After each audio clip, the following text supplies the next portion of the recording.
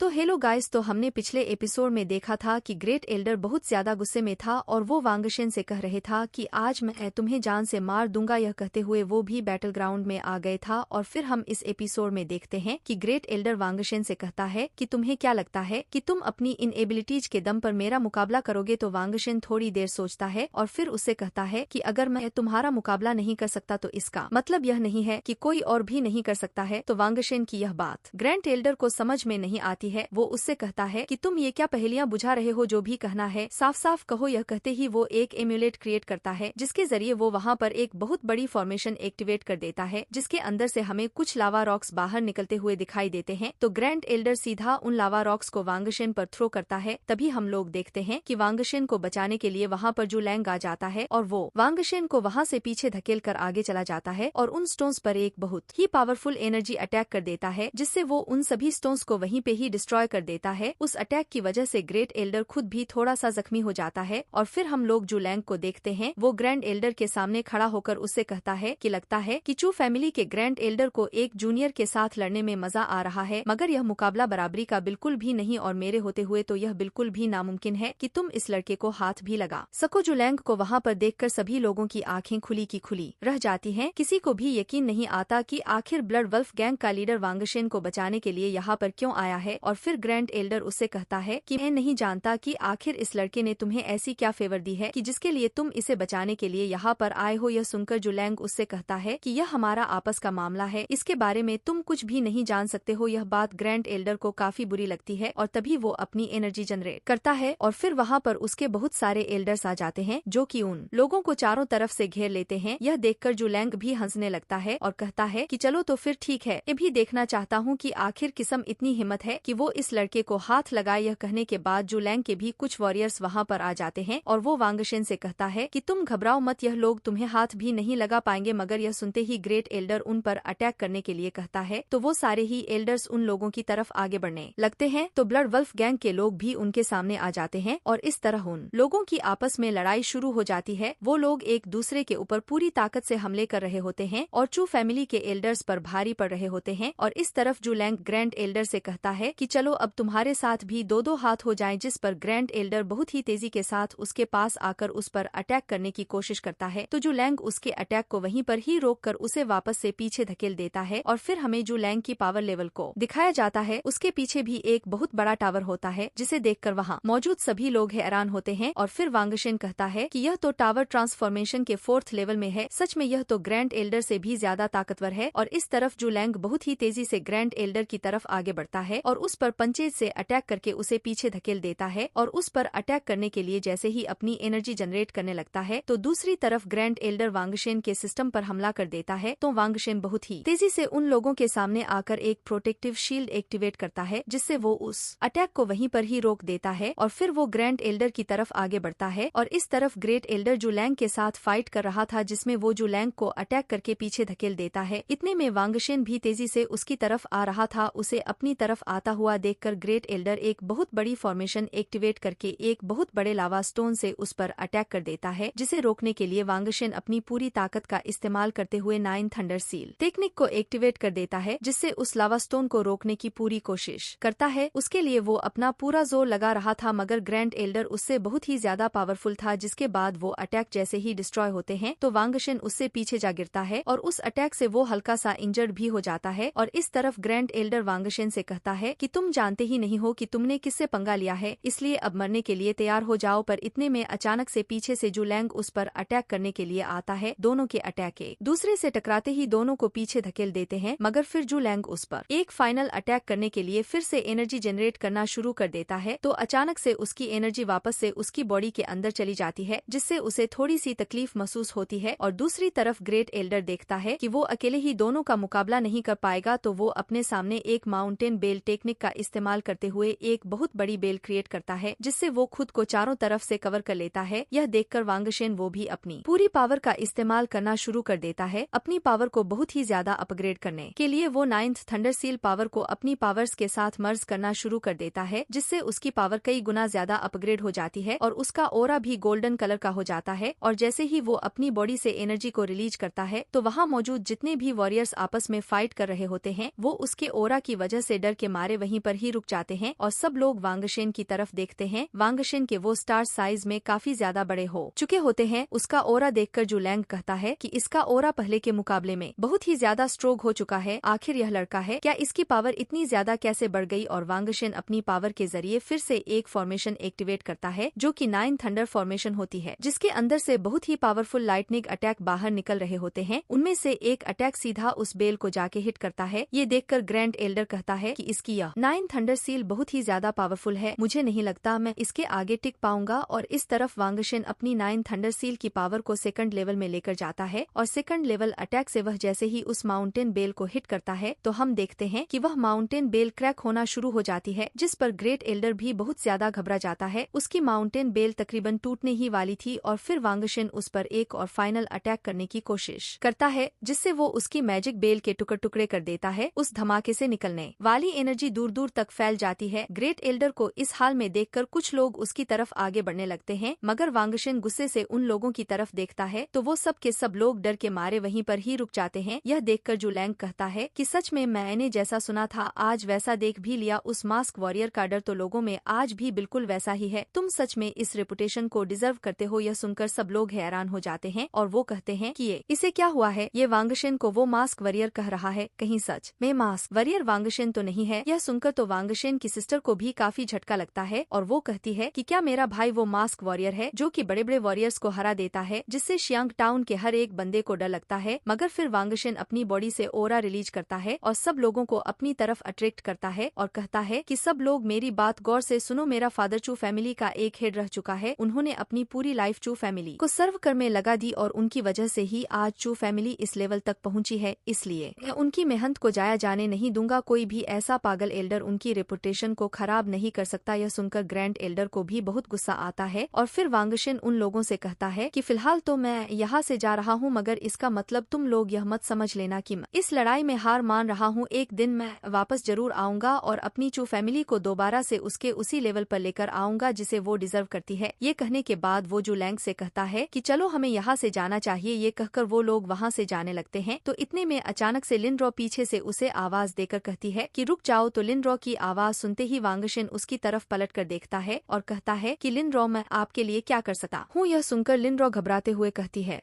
कि क्या तुम ही वो मास्क वॉरियर हो? तो वांगशेन कहता है कि हाँ मैं वही मास्क वॉरियर हूँ, पर मुझे तुम्हें में कोई इंटरेस्ट नहीं है। यह सुनकर उसे बहुत गुस्सा आता है और वो कहती है कि यह सब कुछ तुम उस लड़की की वजह से कर रहे हो नू। यह कहकर वो ल्यूफी पर इल्जाम लगाती है और वांगशेन से कहती है कि जरा तुम उस लड़की की रेपुटेशन देखो, क्या वो तुम्हारे लायक है? उससे तो मैं कई गुना बेहतर हूँ। मगर वांगशेन उससे कहता है कि मेरी मर्जी है किसे पसंद करूँ और किसे ना पसंद, तुम अपने काम से काम रखो। यह कहकर वो सब लोगों की लेकर वहाँ से जा रहा होता है। वो सब के सब चू रेसिडेंट से निकलकर वहाँ से चले जाते हैं। उसके बाद एक एल्डर ग्रैंड एल्डर के पास आता है और कहता है कि अब हमें क्या करना चाहिए? तो ग्रैंड एल्डर उससे कहता है कि किसी को इसके पीछे लगाओ ताकि वो उसका पीछा करें और जब यह लड़का अकेला हो तो मौका देखते ही इसका काम तमाम कर देना। यह कहने के बाद यह सीन यहीं पर कट हो जाता है। अगले सीन में हम लोग जू लैंग को देखते हैं जो कि एक ट्रे में कुछ नेचुरल हर्बल रखकर सीधा वांगशेन के पास जा रहा होता है। वो एक रूम में आकर वांगशेन के सामने उन नेचुरल इंग्रेडिएंट्स को रख देता है और कहता है कि क्या तुम वाकई में मेरी बॉडी में मौजूद इस कासिल मार्क सील को रिमूव कर सकते हो? तो वांगशेन कहता है कि फिलहाल तो मैं बहुत ज्यादा वीक हो चुका हूँ, इसलिए मैं तुम्हारे लिए सिर्फ एक ही प्रोटोटाइप पिल्स बना सकता हूँ जिसकी मदद से मैं इस कासिल मार्क सील को हटा सकता हूँ और इसके लिए तुम्हें कुछ देर तक बाहर वेट करना होगा। जब तक मैं यह पिल्स नहीं बना लेता तब तक तुम अंदर मत आना। यह सुनते ही वो उठकर वहाँ से बाहर चला जाता है और फिर वांगशेन उस प्रोटोटाइप पिल्स को बनाने के लिए इंग्रेडिएंट्स को हवा में ऊपर उठा लेता है और फिर उन चारों इंग्रेडिएंट्स को वो उस फनेस के अंदर डालकर उसका ढक्कन बंद कर देता है और अपनी अल्केमी फायर का इस्तेमाल करते हुए उस फनेस के अंदर आग लगा देता है, जिससे वो सारे के सारे इंग्रेडिएंट्स अंदर कंडेंस होना शुरू हो जाते हैं और वांगशेन धीरे धीरे अपनी फायर को भी इंक्रीज करता जाता है। और दूसरी तरफ जू लैंग वो बाहर खड़ा होकर उसका इंतजार कर रहा था कि कब उसकी पिल्स तैयार होगी और कुछ देर गुजर जाने के बाद हम देखते हैं कि वांगशेन ने उस पिल्स को पूरी तरह से बना लिया होता है। वो एक पर्पल कलर की प्रोटोटाइप पिल्स होती है। तो वांगशेन फनेस का ढक्कन उतार कर उस पिल्स को बाहर निकाल लेता है और कहता है कि अगर मैं पेपर्स की मदद से इसे रीड करके रिफाइन करने की कोशिश करता तो शायद मुझे इसमें बहुत ही ज्यादा टाइम लग जाता। यह कहने के बाद वो जैसे ही बाहर आता है तो जू लैंग उससे कहता है कि क्या हुआ, क्या तुमने वो बना लिया? तो वांगशेन वो पिल्स उसे देते हुए कहता है कि यह लो, इसकी मदद से तुम हाफ मंथ तक कल्टिवेट करके इसे एब्जॉर्ब करो ताकि तुम्हारी बॉडी के अंदर से वो कासिल मार्क सील धीरे धीरे हट जाए। तो उस पिल्स को लेने के बाद जू लैंग कहता है कि फाइनली अब मेरी बॉडी से यह मार्क हट जाएगा और वो वांगशेन थैंक्स कहता है। वांगशेन वहाँ से चला जाता है और फिर जू लैंग कहता है कि यह लड़का तो सच में बहुत ही इंटरेस्टिंग है। जिसके बाद अगले सीन में हम लोग ल्यूफी को देखते हैं, वो एक पहाड़ के किनारे पर खड़ी हुई होती है और वहाँ पर वांगशेन भी पहुँच जाता है। वो वांगशेन के ही इंतजार में वहाँ पर खड़ी हुई थी तो वांगशेन वहाँ पर आता है तो उससे कहता है कि क्या हुआ, मेरी सिस्टर क्यों नहीं आई? तो ल्यूफी उसे बताती है कि तुम्हारी सिस्टर ने कहा है कि तुम अब बड़े हो चुके हो तो इसलिए तुम अपने फैसले खुद कर सकते। तो वांगशेन कहता है तुम लोग घबराओ मत, मैं बहुत जल्द वापस आ जाऊंगा, बस मेरे लिए एक छोटा सा काम करना, मेरी सिस्टर का ख्याल रखना। तो ल्यूफी कहती है उसका ख्याल रखूंगी मगर तुम्हें भी अपना ख्याल रखना होगा। यह सुनकर वांगशेन थोड़ा सा शॉक्ड होता है और वो ल्यूफी की तरफ गौर से देखने लगता है, जिस पर ल्यूफी भी शर्म आ जाती है और उससे कहती है कि तुम मुझे यूं घूर कर क्यों देख रहे हो? तो वांगशेन उसके कान के पास आकर उससे कहता है कि मुझे तुम्हें कुछ बताना था, असल में मैंने तुम्हें कोई जहर दिया ही नहीं, तुम बिना वजह में ही परेशान हो रही हो। यह कहकर वो वहाँ से चला जाता है, जिस पर ल्यूफी पीछे से गुस्से में उस पर चिल्लाना शुरू कर देती है और कहती है तुम्हारी इतनी हिम्मत, तुमने मुझसे झूठ बोला। यह कहने के बाद ये सीन यहीं पे कट हो जाता है। अगले सीन में हम लोग दोबारा से वांगशेन को देखते हैं, वो एक जंगल में बैठाकर कल्टिवेशन स्टार्ट कर देता है और हमें उसके हाथ में वो दोबारा से रूट दिखाई देती है। उस रूट के आते ही वहाँ पर वो स्पिरिचुअल ट्रीज के पीछे आ जाता है, जो कि वांगशेन को एक अलग ही सीक्रेट स्पेस में ले आता है, जहाँ पर वो एक मोन्यूमेंट के सामने आकर कल्टीवेशन स्टार्ट करता है और वो कहता है कि 6 रेलम के बिल्कुल पीक पर आ चुका हूँ। और वो उस मोन्यूमेंट को देखते हुए कहता है कि इस स्पिरिचुअल पावर के जरिए मैं